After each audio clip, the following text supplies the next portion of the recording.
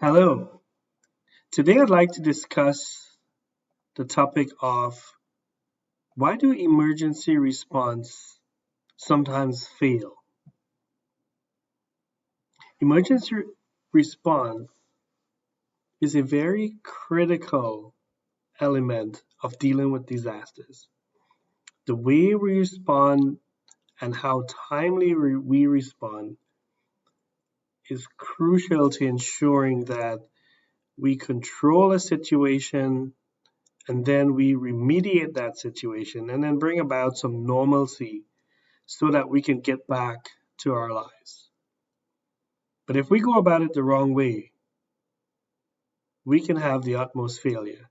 And today I'm going to talk about my observations, what I feel has played some impactful roles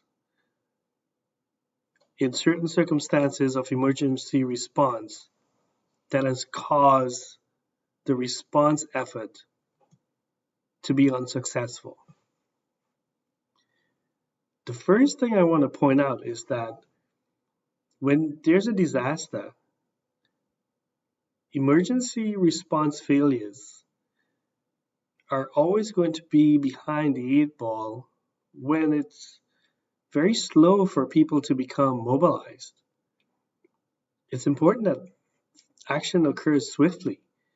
And one of the things that really compounds major disasters is the inability to get formalized and get structure in place. And the hesitancy and slow efforts to get mobilized leaves the situation uncontrolled. And as it boils over and festers, it will continue to deteriorate. And it gets to the magnitude where it's almost virtually impossible to regain control in an expeditious way. And then the impacts are even more severe because the disaster was allowed to fester for a longer period of time. Why does it fail? It's simple. It's because sometimes when people are trained and qualified, they don't often use that training.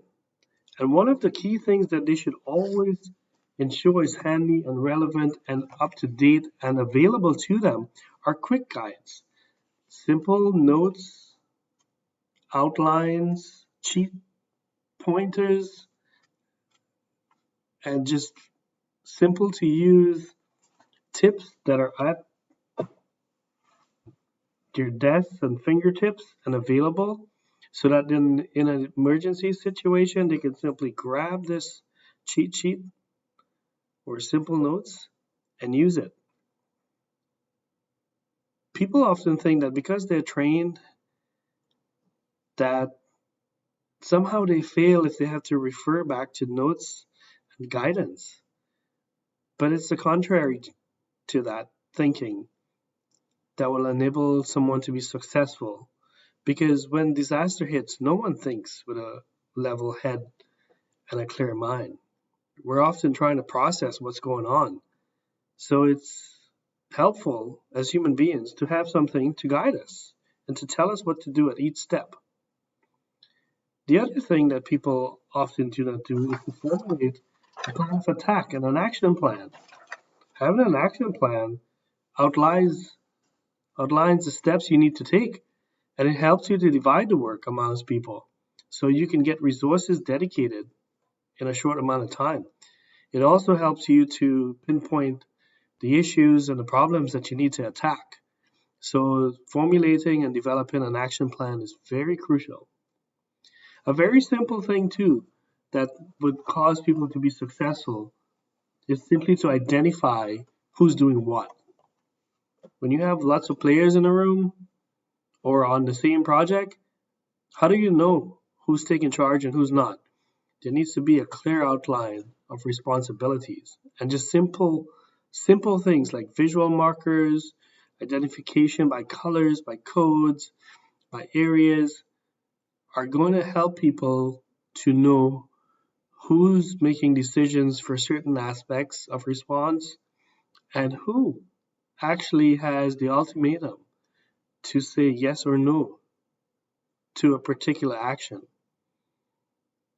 That's a very simple way to remove ambiguity and to enable success. And the last thing is documentation. Write everything down. People forget. People make mistakes as time passes and people get tired. They may not remember or not even know who's doing what action. And the documentation helps everyone to be on the same page. Of course, in an emergency response that's going to last a certain period of time, it's important to have the documentation to help those who are joining or those who are relieving others to know what's been done. And they can simply get up to speed very quickly and they can immerse themselves into the situation and they can sustain the efforts to control, remediate, and bring about stability so that it can go from emergency response to restoration very quickly. I know some people may disagree. I know some people may not think that because it's so simple that it's valuable or it can really create that significant impact to a wide scale of major operation.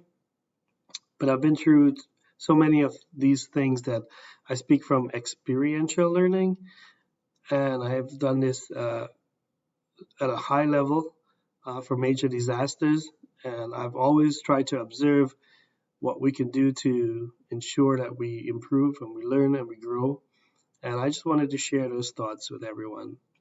And I hope that someone can listen and really pay heed to this and not critique or chastise what I have to say today in a way that doesn't add value. I'm open to critique and the feedback, but I can assure you that those simple steps that I've talked about, those 4 basic steps, are 4 items that in an emergency situation can make a big difference to help you to be successful. And perhaps someone out there is going to pay heed to this and it can make a difference to you if you ever have to apply these skills. So thank you for listening and I appreciate everyone's time. Take care.